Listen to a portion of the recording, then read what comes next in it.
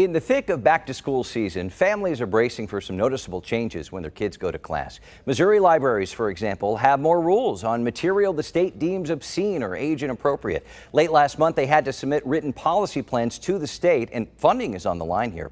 Both Kansas and Missouri now ban transgender athletes from playing girls and women's sports this year. Also this year, Kansas passed one of the most sweeping transgender bathroom laws in the country. Meanwhile, in Missouri, the ACLU is suing the Platte County School District and the board. The group claims a former student, a transgender girl, got detention twice for trying to use the girls' locker room. The student's family wants a policy change, accuses the district of discrimination. This is very much a political issue now being felt in both our states and schools. So here to discuss this and a number of other issues affecting families, please welcome back Ryan Ellison, host contributor with KCUR, and KMBC9 political reporter Michael Mahoney. Mahoney, we'll start with you. Several of these items are conservative campaign promises delivered. Yeah, absolutely, and it's an area where, especially the issue of transgender sports, where Republicans and conservatives feel like they have struck a rich minefield that they can mine politically, because this is an idea that pretty much goes beyond party lines. There are Democrats and independents that also feel that there should be some guardrails on this sort of stuff. And so there have been effective uses in both Kansas and Missouri to try and put some restrictions on that.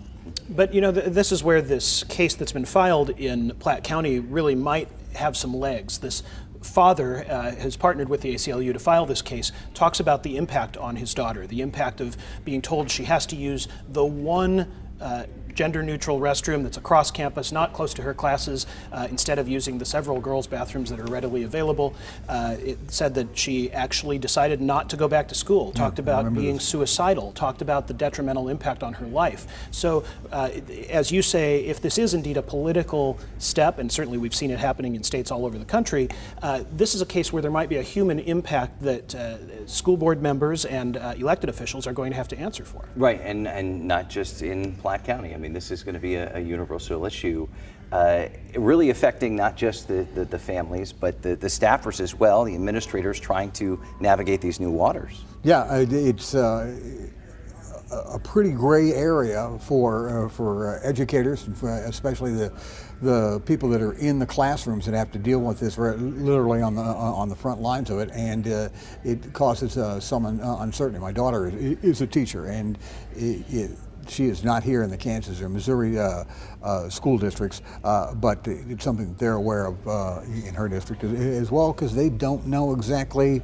what's fish and what's foul. Well, I think that's right, and I think that's very similar to the situation we're seeing with, for example, libraries across the state, including school libraries, but other libraries as well, where the people who have forever been in charge of making decisions on an individual basis about the needs of that community are no longer being entrusted with that responsibility. They're having to report to state offices and submit their guidelines for approval, and I think it's going to only lead to more of these kinds of questions and uncertainty about what's okay and what isn't. Yeah. You know, the other thing I want to bring up here, and it's not on the front burner like some of the issues that we're discussing out here, is that the learning loss from COVID has been substantial, and both Kansas and Missouri on medium-term goals want to go from the learning loss that they experienced, in some cases more than a third, to try and get it back up to where it was back in 2018 and 2019. And I know that in Missouri it is going to try to be a point of emphasis, and surely in Kansas as well.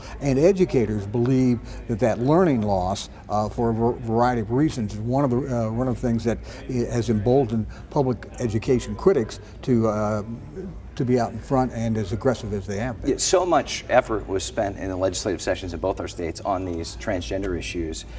Learning loss we didn't really hear a lot about, so we'll see how Board of Education and states and districts have to deal with it. Well, I think that's right, and I think it will, as Michael alludes, embolden legislators who want to support more so-called school choice efforts, who want to support educational savings accounts that would redirect public funds to private schools or even toward homeschooling, and they will have to support them this likely COVID-related reduction in test scores. It will be interesting to see what political hay is made of something that maybe isn't about politics. Is that the next conservative promise here, school choice and Oh yeah, more yeah. I funding mean, for private school? it was an issue in the past two sessions in Kansas, Missouri, in the past two legislative sessions, respectively, for both states. I expect it'll be back as well. And interestingly, on the learning loss thing, the public educators say, you know, it wasn't just remote learning, but then they say it was other things like COVID deaths or